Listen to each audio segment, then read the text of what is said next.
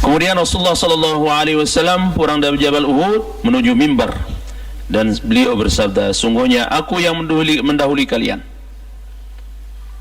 Sungguhnya aku yang mendahului kalian dan sungguhnya aku menjadi saksi terhadap kalian. Demi Allah, sungguh saat ini aku sedang melihat liang kuburku, kata beliau. Kepadaku telah diserahkan kunci-kunci perbendaharaan bumi atau kunci-kunci bumi. Dan demi Allah, aku tidak mengkhawatirkan kalian akan musyrik setelahku. Akan tapi yang ku takutkan, kalian akan berlomba-lomba mendapatkan kunci-kunci bumi itu. Maksudnya harta-harta dunia ini, itu yang ditakutkan. Hadis riwayat Bukhari. Di lain malam Rasulullah sallallahu alaihi wasallam keluar menuju Baqi, lalu minta ampunan untuk mereka yang dikebumikan di Baqi sambil bersabda, Assalamualaikum wahai para penghuni kubur, ya ahlul Baqi, kata Rasulullah, rasakanlah kemudahan keadaan yang sedang kalian alami dibanding keadaan yang sedang terjadi pada orang-orang yang masih hidup. Fitnah-fitnah telah datang seumpama potongan-potongan malam gelap gulita yang ujung potongannya mengikuti awal potongan lainnya. Hari akhirat lebih berat daripada dunia. Pada akhir perkataannya, Rasulullah sallallahu alaihi wasallam menyampaikan kabar gembira kepada mereka dengan mengucapkan, sungguhnya kami akan menyusul kalian, kata Rasulullah. Rasulullah sallallahu alaihi wasallam dan riwayat Ibnu Mas'ud bahwasanya beliau berkata, ketika ajal Rasulullah sallallahu alaihi wasallam sudah dekat, Rasulullah sallallahu alaihi wasallam mengumpulkan kami di rumah Siti Aisyah radhiyallahu anha. Kemudian Rasulullah sallallahu alaihi wasallam memandang kami sambil berlinang air matanya. Beliau bersabda, marhaban bikum, semoga Allah subhanahu wa ta'ala memanjangkan umur kalian. Semoga Allah menyayangi, menolong dan memberikan petunjuk terhadap kalian. Aku berwasiat pada kalian agar bertakwa kepada Allah.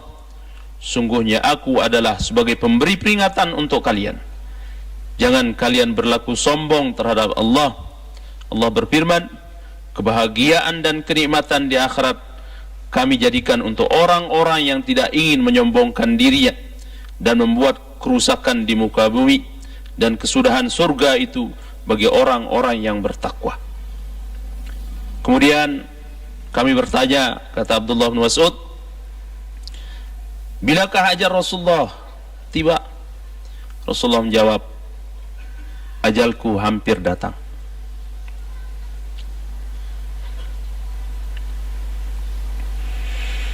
Dan akan pindah ke hadirat Allah, ke Sidratul Muntaha dan Jannatul Ma'wa serta Asyillah.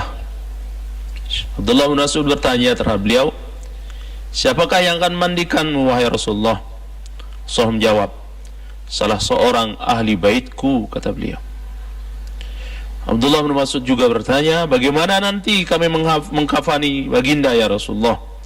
Rasulullah menjawab, dengan bajuku ini atau pakaian Yamaniyahku ini. Beliau bertanya lagi, siapakah yang mensolatkanmu wahai Rasulullah di antara kami? Kami menangis dan Rasulullah pun turut menangis.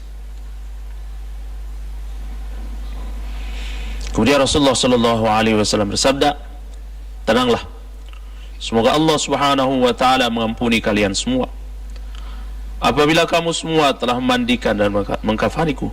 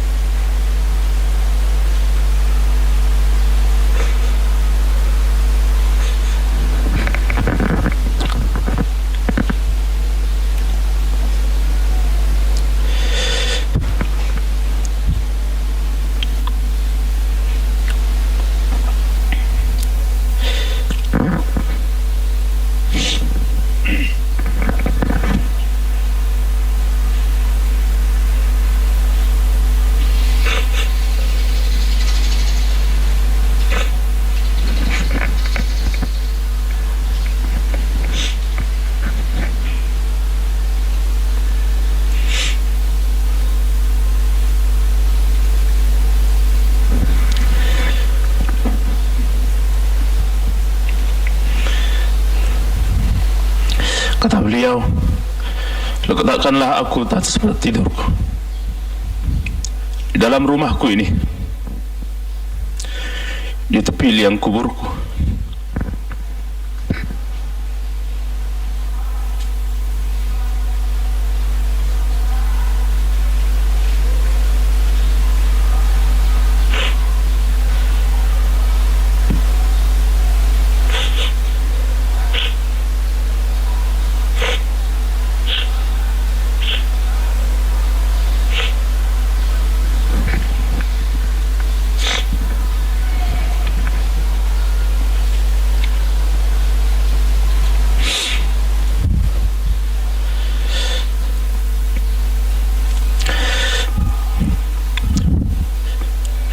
Kemudian keluarlah kalian semua dari sisiku. Maka yang pertama-tama mensolatkan aku adalah sahabatku Jibril, kata beliau.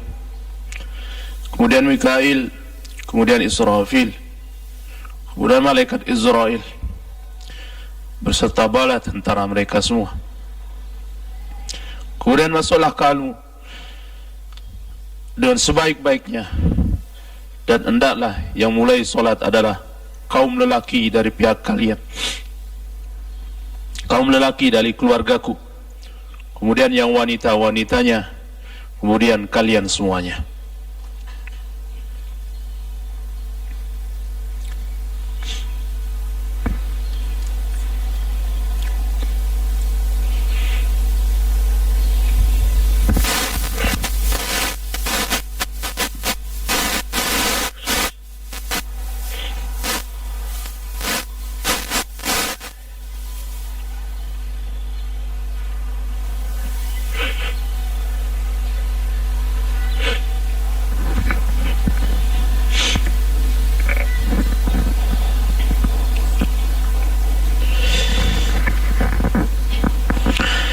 Sejak hari itu Rasulullah SAW bertambah parah sakit beliau,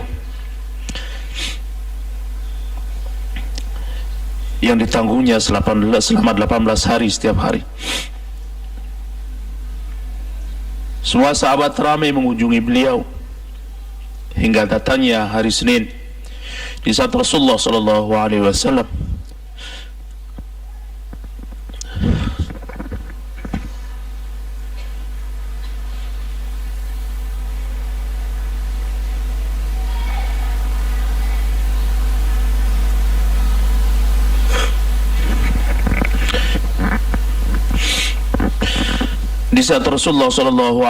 menembuskan nafasnya yang terakhir.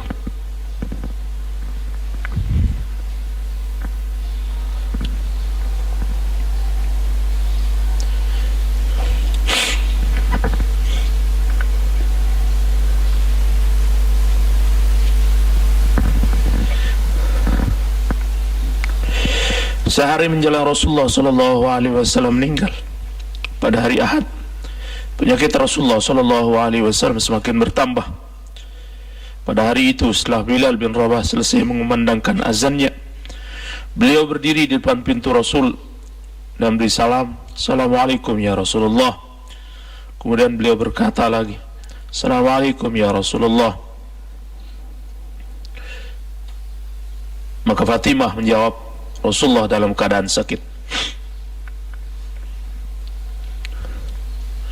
Maka kembalilah Bilal ke dalam masjid.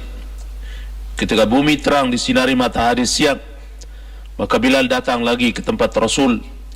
Lalu beliau berkata seperti perkataan yang tadi. Kemudian Rasulullah SAW memanggil beliau dan menyuruh beliau masuk. Setelah Bilal bin Rabah masuk, Rasulullah SAW bersabda, "Saya sekarang berada dalam keadaan sakit, wahai Bilal. Kamu perintahkan agar Abu Bakar menjadi imam salat."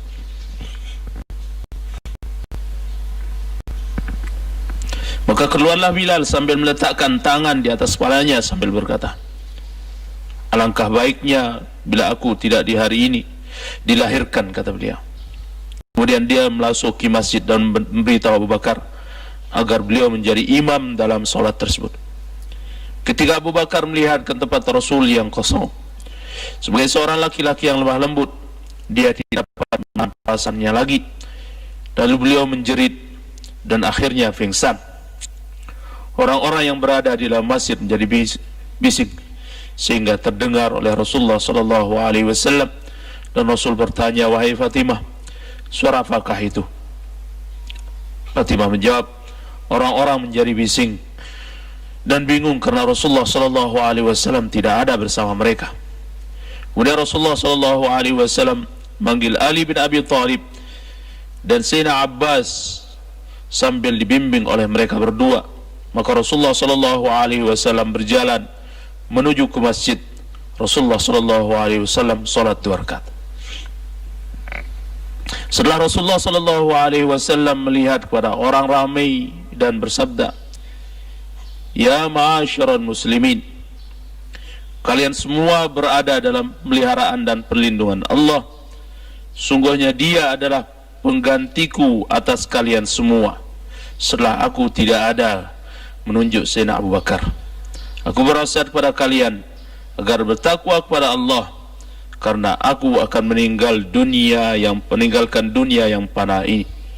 Hari ini adalah hari pertamaku memasuki alam akhirat dan sebagai hari terakhirku berada di dalam bumi ini."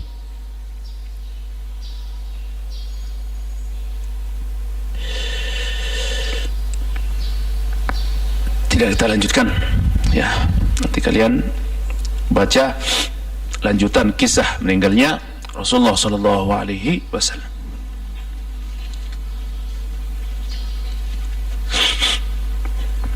Sebagai ucapan cinta kita terhadap beliau, harus kita baca.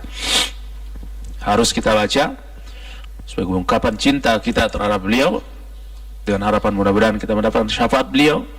Kalian semua mudah-mudahan bisa menziarahi beliau dulu di Madinah, bisa bersimpuh, duduk di raudhah beliau, di samping makam beliau, ungkapkan kata-kata cinta kita, sehingga insyaallah mudah-mudahan man zarani ba'da mauti fa ka'annama zarani fi hayati, kata beliau. Barang siapa yang menziarahi aku setelah aku mati, maka seolah-olah dia menziarahi aku di saat aku hidup. Saya mendoakan kalian, mudah-mudahan kalian semua bisa menziarah beliau, dan saya mudah-mudahan semuanya, kita semua mudah-mudahan bisa berulang-ulang kali untuk menziarahi beliau, dan mudah-mudahan kita bisa dimakamkan di samping pusara beliau. Kita makamkan di makam Baqi. Allahumma rzuqni syahadata fi sabilika wal mauta fi baladi nabiyyika. Tolong diaminkan. Allahumma rzuqni syahada, Allahumma rzuqna syahadata fi sabilika wal mauta fi baladi nabiyyika. Allahumma rzuqna syahadata fi sabilika wal mauta fi baladi nabiyyika ya rabbal alamin. Ini adalah doanya Sayyidina Umar Ibn Al-Khattab. Sayyidina Umar Ibn Al-Khattab selalu berdoa dengan doa ini, "Ya Allah, berikan kami untuk selalu berjuang di jalan-Mu dan mati di rumah dan di kampung Nabi-Mu, yaitu Madinah. Amin ya rabbal alamin." Dan begitu beliau meninggal, yang memandikan beliau, di antara yang memandikan beliau adalah Sayyidina Ali karramallahu wajhah, Sayyidina Abbas paman beliau, Fadl ibnu Abbas misan beliau, Qath'am ibnu Abbas, ini bersaudara, Abdullah ibnu Abbas, Fadl ibnu Abbas, dan Qath'am ibnu Abbas. Usamah bin Zaid bin Harisah ikut juga, anak budak beliau. Dan Syakran, serta seorang Madinah yang teriak, berkumpul sahabat-sahabat keluarga terdekat Rasulullah yang tadi, Sayyidina Ali, Sayyidina Abbas, Fadl, Qatham, dan Usamah. Syakran, budak beliau. Datanglah seorang Ansar berteriak terhadap Rasulullah, ya terhadap Sayyidina Ali, "Wahai Sayyidina Ali, saya juga ingin berkesempatan untuk ikut menyaksikan Rasulullah SAW." Sehingga Aus ibnu Khawli diberikan juga kesempatan untuk ikut memandikan Rasulullah SAW. Itulah sedikit kisah Rasulullah SAW semeninggal beliau, yang seolah-olah masih, ya, seolah-olah, dan memang, ya, di saat orang membaca solawat Ya, dalam sebuah hadis disebutkan inna lillahi malaikatan sayyahina fil ardi. Ada seorang malaikat Allah ciptakan, tugasnya keliling seluruh bumi ini untuk mencari orang-orang baca salawat terhadap beliau, orang-orang yang menyebut nama beliau. Dan malaikat ini begitu mendengar dan begitu mencium dari mulut orang yang membaca salawat terhadap Rasulullah, itu keluar bau harum yang sangat luar biasa yang mengundang kedatangan malaikat itu. Sehingga begitu datang malaikat itu, sebelum selesai salat dibacakan terhadap Rasulullah, malaikat itu sudah sampai di pusarannya Rasulullah sallallahu alaihi wasallam dan menyampaikan salawat dan salam yang kita sampaikan terhadap beliau.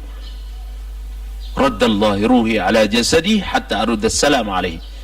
Kata Rasulullah, Allah mengembalikan ruh saya ke dalam jasad saya, dan saya sendiri yang akan menjawab salawat dan salam yang disampaikan oleh orang tersebut terhadap saya, kata Rasulullah sallallahu alaihi wasallam.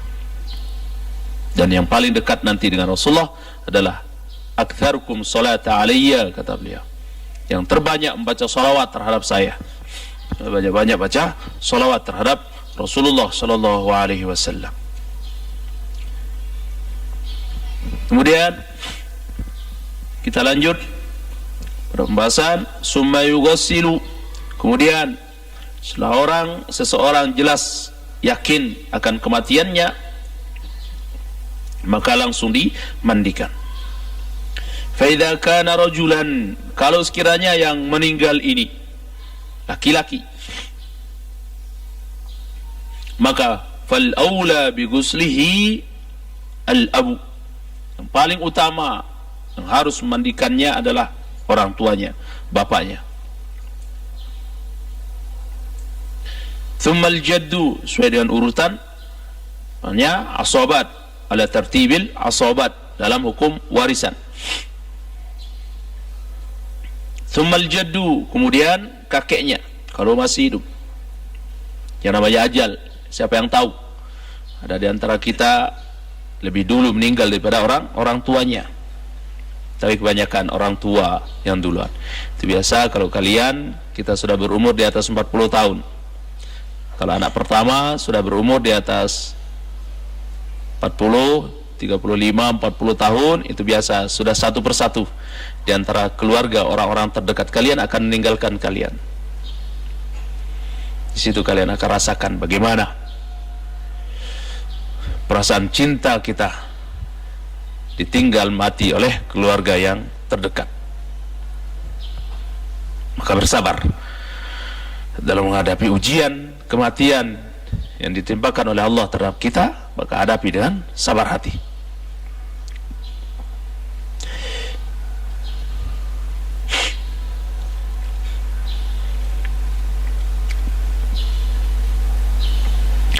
Di situ kita akan rasakan ya bagaimana rasanya orang ditinggal meninggal oleh orang tuanya atau orang terdekatnya, apalagi yang meninggal adalah anaknya. Terkadang orang hilang keseimbangannya sehingga membuat dia stres, bahkan bisa gila, naudzubillah summa naudzubillah. Ujian seperti ini berat. Sebenarnya wasta'inu bisabri wassalah, minta bantuan terhadap Allah atas segala permasalahan yang kita hadapi. Wasta'inu utulbul ma'unata ala jami' umurikum, mintalah bantuan dalam segala permasalahan yang kalian hadapi, terutama kematian orang-orang terdekat kalian, apalagi suami kalian atau istri-istri kalian. Maka mintalah terhadap Allah subhanahu wa ta'ala supaya diberikan kesabaran. Habsun nafsi ala ma taqrahu. As-sabru, sabar itu ialah habsun nafsi ala ma taqrahu, suatu yang dibenci, maka jaga jangan sampai melakukan hal-hal yang dilarang dalam agama. Bersedih boleh, tapi jangan berkepanjangan. Berduka, silakan berduka, tapi jangan berkepanjangan. Dan terus bersedih, menangis, menyendiri dalam kamar, akhirnya begitu keluar sudah dalam keadaan gila, naudzubillah summa naudzubillah. Berat memang, yang namanya ujian kematian berat.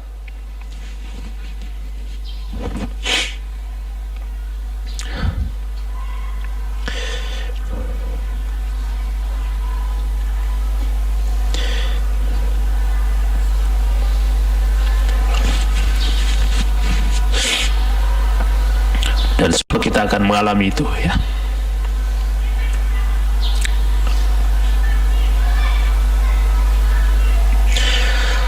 Allah akhtim lana bi husnil khatimah. Ya Allah,